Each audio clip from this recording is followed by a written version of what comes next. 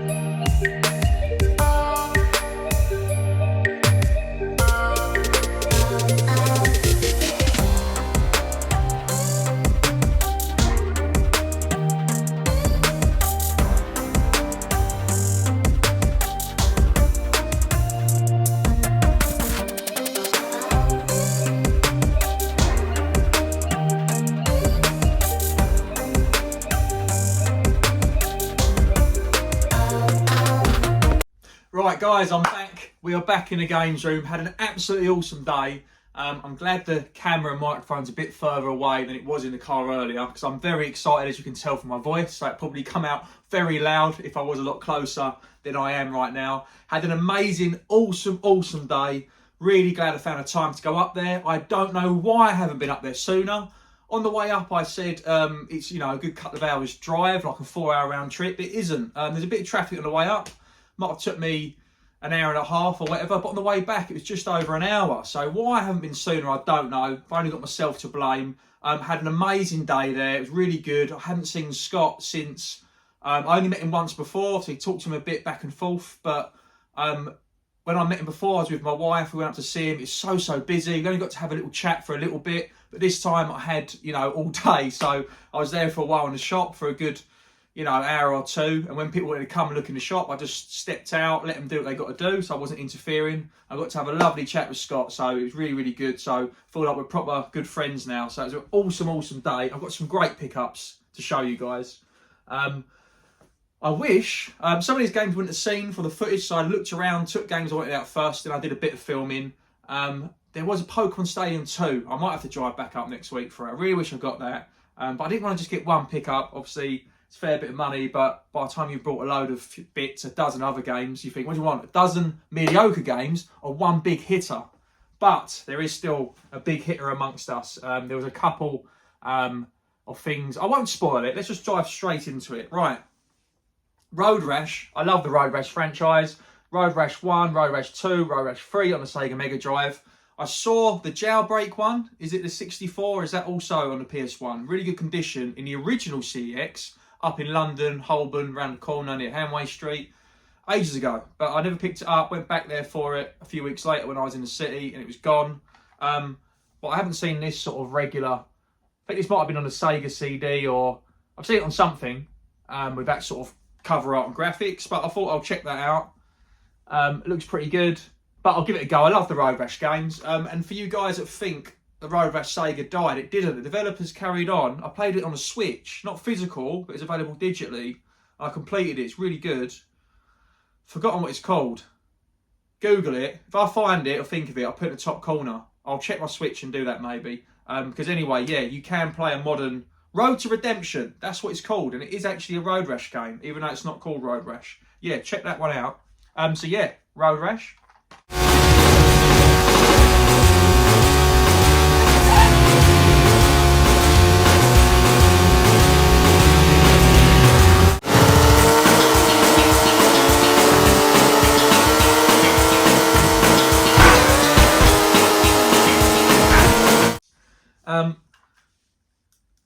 Little toy here. I keep saying I don't collect figures, toys and collectibles.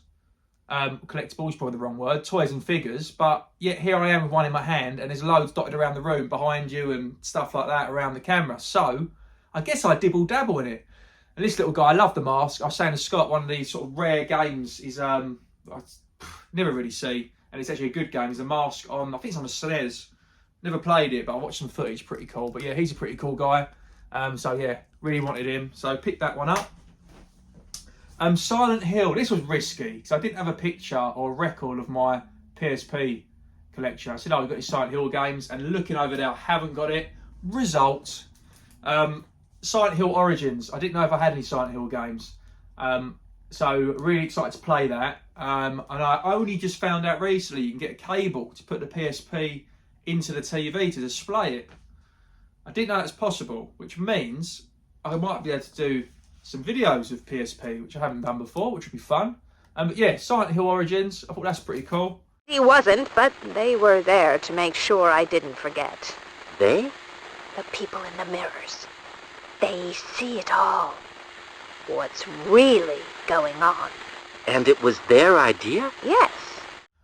So there was this one on there, and then there's, I feel like there's a Silent Hill Experience, which is not quite a game, I don't think.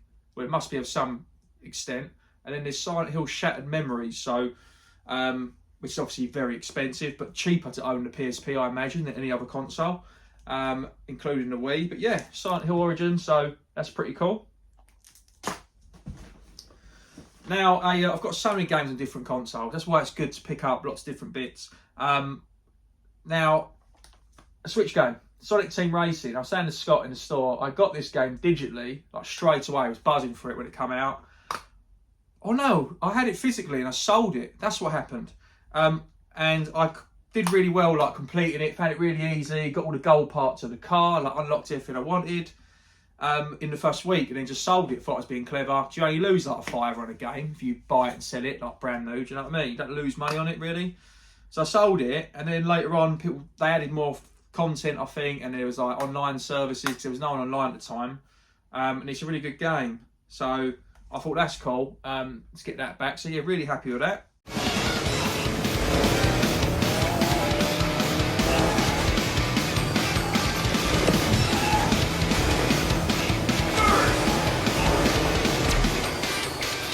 Sonic Team Racing. I'm going to save that one to the end. It's a big one. What was the other big game I saw I was thinking about on the NES? Battletoads. Afterburner 2. Now I saw this one at my local retro gaming shops. I think it was in Retro Hunter, and I left it there because I bought some stuff. Thought I'll get it next time, and I regretted it. And I thought I'll pick it up next time I'm there. But I just saw it today in Scott's shop, Retro Realm, so I thought I'd get that. So I thought that's pretty awesome. Obviously they're all complete. Not in amazing condition, the manual, but it's not an expensive game, so I'll probably just play it. It will sit on a shelf for a while, and the Sega shelf's pretty full, and then at some point I only really keep the ones I really love, or the pricier ones, so I'll probably just play this a few times and then probably just move it on. So that's pretty cool. Afterburner 2.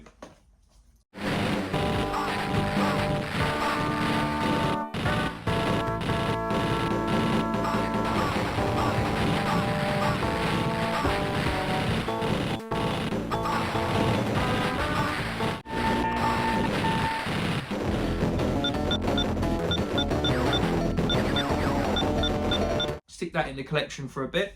Last time I played Afterburner was in an arcade in Barnsley, I think. Retro Dome. Is that what it's called? Yes, it is Retro Dome. A couple of loose carts, and I will tell you bloody why. Pilot Wings 64, because I've played Pilot Wings, but not on the 64. SNES, is it? On the SNES? Really fun game. Never played it on N64. They can be quite pricey, you know, boxed. It's hard to get Nintendo cardboard in good conditions. They can be pricey when you find them. And I've not played the game, so I thought I'll get a loose cart. And then if I don't like it, it doesn't matter. If I do like it, I can look at upgrading it later on if I want to keep it forever. But there's nothing wrong with keeping loose carts because they're not going to damage each other. They're not like this. They're not going to scratch. You haven't got to have a case to protect it. It's just nice to have, obviously, nice boxes and stuff as I'm looking to the left of me, but it's only so much room you got for storage, etc. So I was really happy just to get that. There's nothing wrong with a good old Nintendo cart. So yeah, so I've got a loose cart there.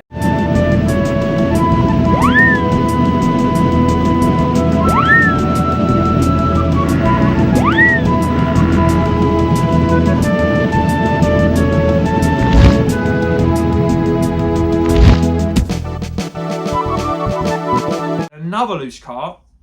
This game, WWF No Mercy.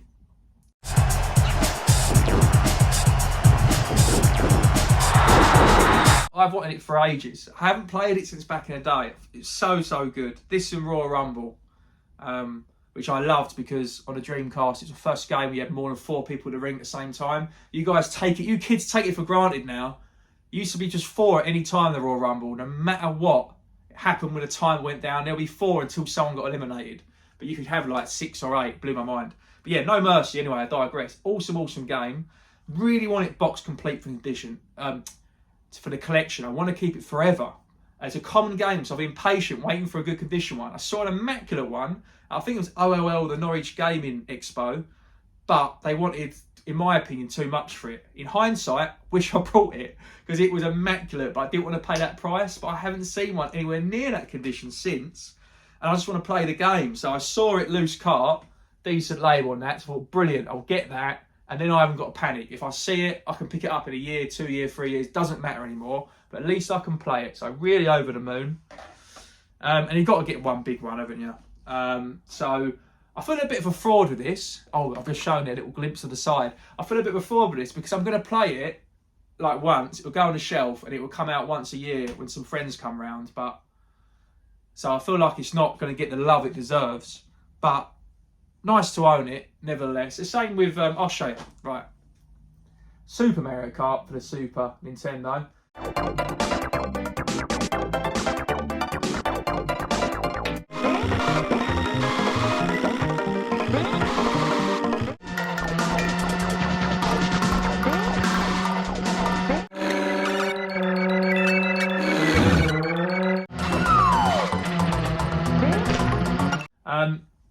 So I've got some, I like having the original Mario games. I love Mario Golf, but I will play that. But like Mario 64, Mario Tennis, I've got beautiful condition box of them. I'm never really going to play them. But I'll still hold on to them because it's cool having some of these original, like Mario and Yoshi. I looked at yesterday on the NES and I was culling out playing those NES games, looking at some to trade. I took some to Scott as a little gift for him. And I thought, oh, shall I? You know, I'm not going to play this, but I was looking at the box art and I was like, it's hard to part with it, isn't it? Even if you don't play them, it's hard to part with them. But yeah, Super Mario Kart, and this is like the, what do you call this? It says it on there, doesn't it? We'll find it in a minute. Nintendo Classics is why it's in this sort of box art colour red case, if you like, if you will. But yeah, really good condition. And it's nice. I haven't been up there and seen Scott for ages. I haven't supported his shop, so I thought I'll go up there and I'll get a few pickups, and hopefully there'll be like a nice pickup, something really big that I can add to collection. And that was this one today, so absolutely over the moon with that. Bosh.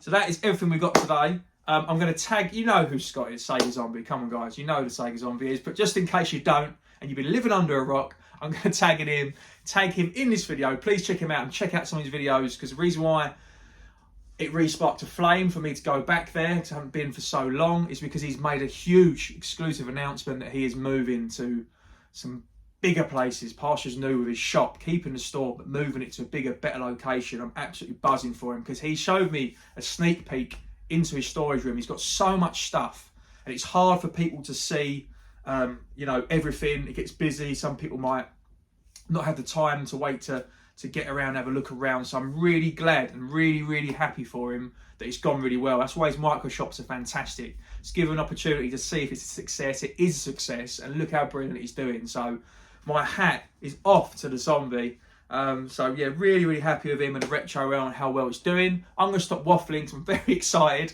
and I'm going to go have a beer and calm myself down. But I'm Scott from Marathon Gaming. I'll see you guys soon for another video. Cheers guys, bye.